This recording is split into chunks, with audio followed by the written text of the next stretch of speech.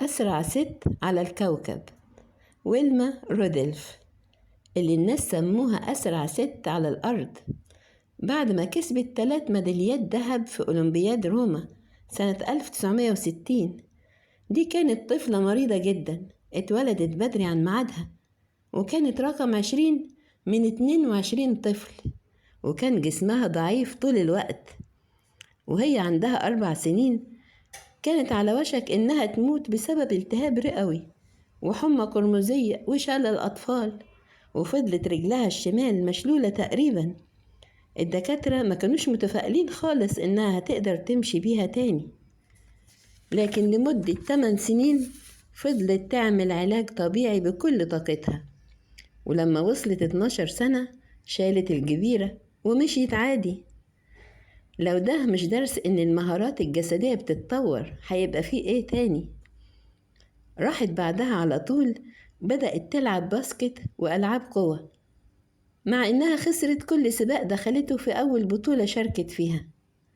وبعد مسيرة أسطورية قالت أنا بس عايزة الناس تفتكرني كست اشتغلت على نفسها بجد. وجاكي جوينر كيرسي، اللي الناس بيعتبروها أعظم رياضية في التاريخ، من سنة 1985 لحد أوائل 1996 كسبت كل سباق هيبتاسلون دخلته. والهيبتاسلون ده سباق متقسم على يومين، وفيه 7 منافسات: سباق 100 متر، حواجز، والقفز العالي، ورمي الرمح، وسباق 200 متر القفز الطويل ودفع الجلة، وسباق تاني 800 متر. عشان كده اللي بتكسبه بتاخد لقب أعظم رياضية. جاكي خلال مسيرتها جابت أعلى 6 نتائج في تاريخ اللعبة، وكسرت أرقام عالمية، وكسبت بطولتين عالميتين، و2 ذهب أولمبي، و6 كمان لو حسبنا باقي المنافسات. طب كانت موهوبة؟ لكن لما بدأت كانت دايما بتيجي في الآخر. كل ما كانت بتتمرن أكتر كانت بتجري أسرع، بس برضو ما كانتش بتكسب. بعد كده بدأت تكسب. طيب إيه اللي اتغير؟ هي قالت ناس ممكن يقولوا إن السبب ورا اللي بيحصل معايا هو الجينات، بس أنا شايفة إنه كان نتيجة الساعات اللي قضيتها وأنا بجري في الحارة أو على الرصيف وفي طرقات المدرسة. وهي بتشرح سر استمرارها قالت في حاجة كده لما بشوف نفسي وأنا بتطور بتحمس أكتر. ده اللي كان بيحصل لي حتى وأنا في إعدادي ولسه داخلة بطولات، وآخر ميداليتين خدتهم اللي هي بطولة عالم وأولمبياد كانوا هي عندها نوبة ربو وتمزق عضلي شديد. ده ما كانش موهبة طبيعية، ده كان العقلية هي اللي بتتكلم. الطبيعي مش المفروض إنه يتعب؟ عارف إن كان زمان في ناس مقتنعة إنك ما ينفعش تتمرن على الجولف، وإنك لو بنيت عضلاتك هتبوظ إحساسك بالكورة، لحد ما تايجر وودز ظهر ببرامج التمرين بتاعته وطريقة تمرينه العنيفة، وكسب كل بطولة قدامه. وفي بعض الثقافات الناس كانت بتستهجن إن حد يطور نفسه بتدريب فوق موهبته. المفروض تكتفي باللي عندك. الثقافات دي كانت هتكره موري ويلز، كان لاعب بيسبول متحمس في الخمسينات والستينات، بيحلم يبقى لاعب في الدوري الكبير. مشكلته كانت الضرب ما كانش قوي كفاية، ولما الدودجرز تعاقدوا معاه نزلوه للدوري الصغير. وقتها قال لأصحابه كمان 2 سنين هكون في بروكلين بلعب مع جاكي روبنسون. توقعه طلع غلط رغم تفاؤله وتدريبه اليومي الشاق. قعد في الدوري الصغير 8 سنين ونص. بعد 7 سنين ونص المدرب قال له نصيحة وهو بيهزر: انت في نكسة بقالك 7 سنين ونص، ما عندكش حاجة تخسرها.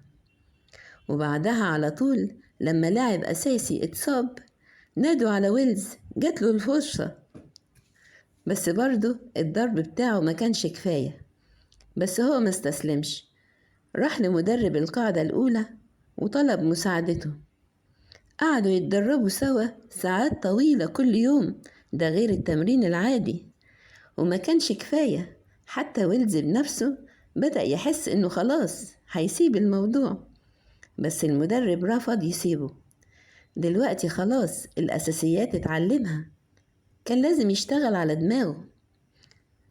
بدأ يضرب أحسن، وبسرعته بدأ يسرق قواعد، ودرس حركات الرماة والمسكين اللي في الفرق التانية، وكان بيحدد اللحظة المناسبة علشان يسرق القاعدة.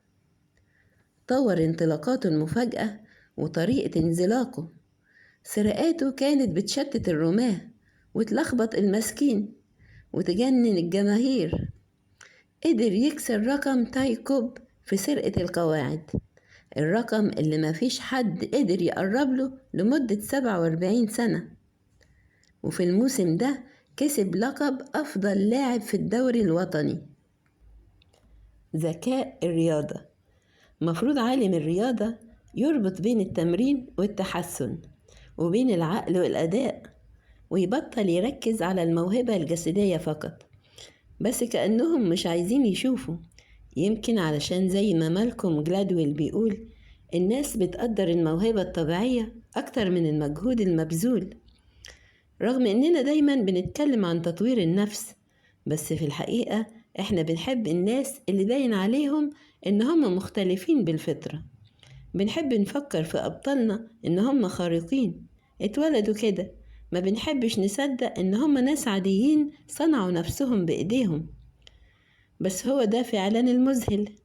حتى لما الخبراء بيعترفوا بدور العقل بيصروا يقولوا إن ده برضو بالفطرة.